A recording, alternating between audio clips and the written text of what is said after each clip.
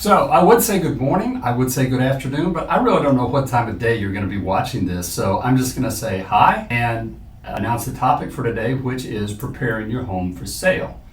So I'm going to cover some things that you would expect. I'll probably cover a few things that you wouldn't expect. But there are a lot of things that you can do to get top dollar for your house that won't cost you a whole lot of money.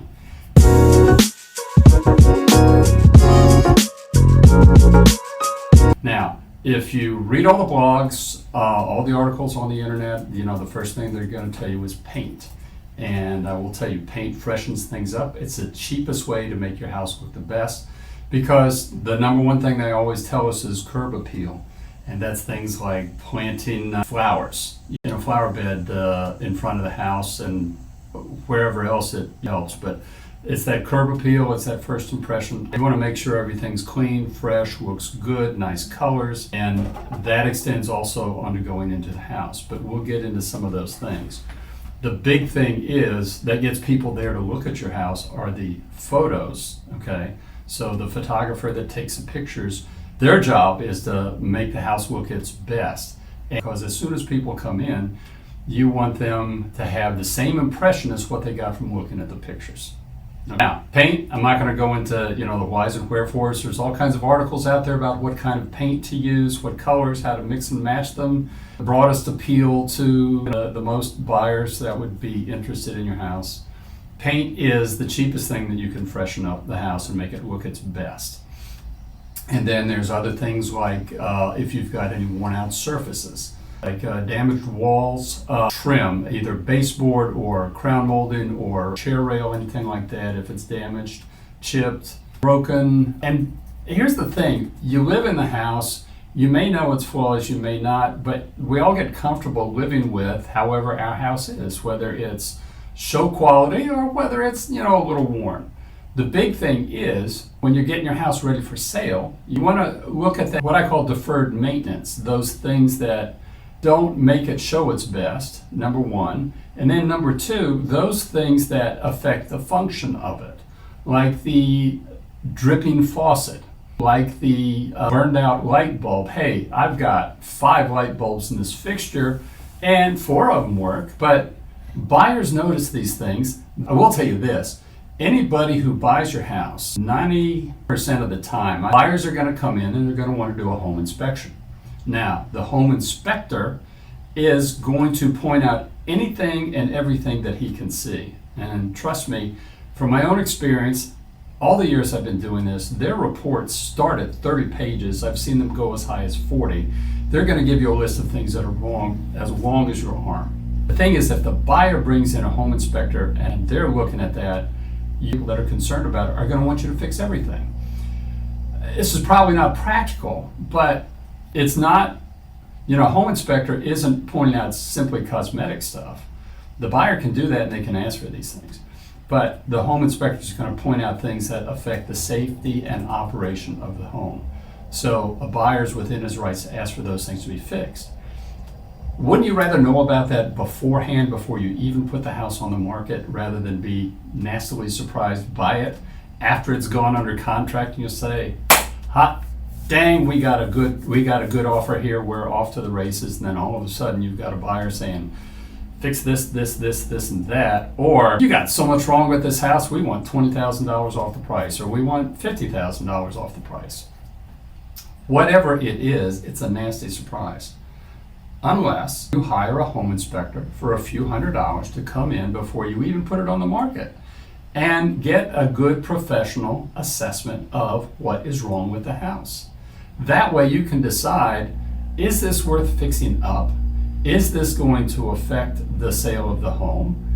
Is this going to keep it on the market longer because it's a big problem that's going to get shown up? Is this going to cause a deal to fall apart because the buyers are going to back out and say, we don't even want to give you the opportunity to fix it.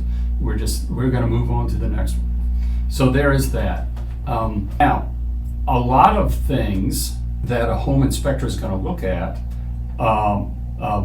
you might know about them, you may not know about them. It all depends on how visible they are to you and how much of a nuisance it is when you have to use the house every day and interact with these different systems.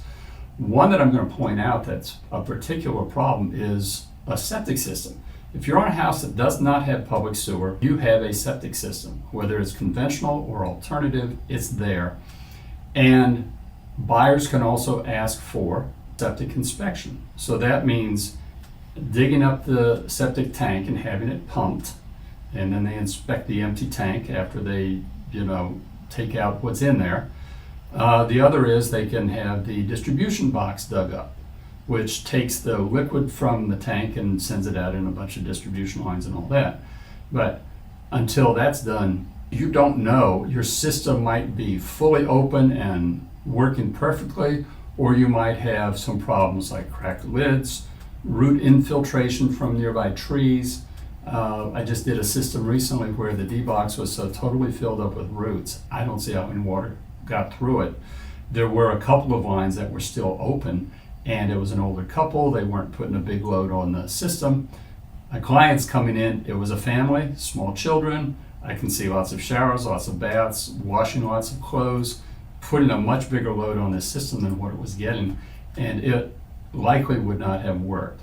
So this was a big nasty surprise for the sellers, and I'm saying if you don't have your tank pumped about once every 5 years, they recommend every 3 to 5, but I'm going to say about once every 5 years.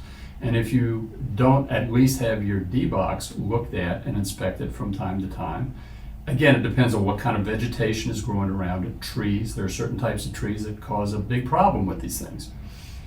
Anyway, I'm rambling on and on about this, but these are the things that you have to be concerned with, because trust me, a buyer doesn't know your house like you do.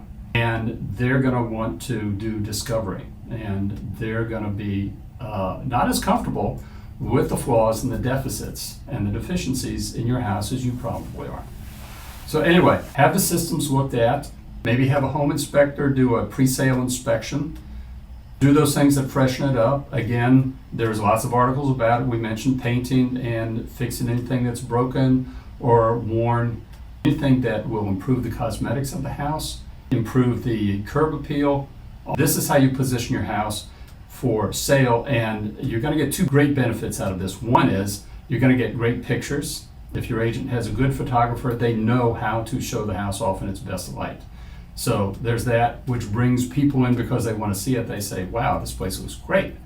So you're going to get more foot traffic, and you're going to get offers faster and better than if you don't do these things.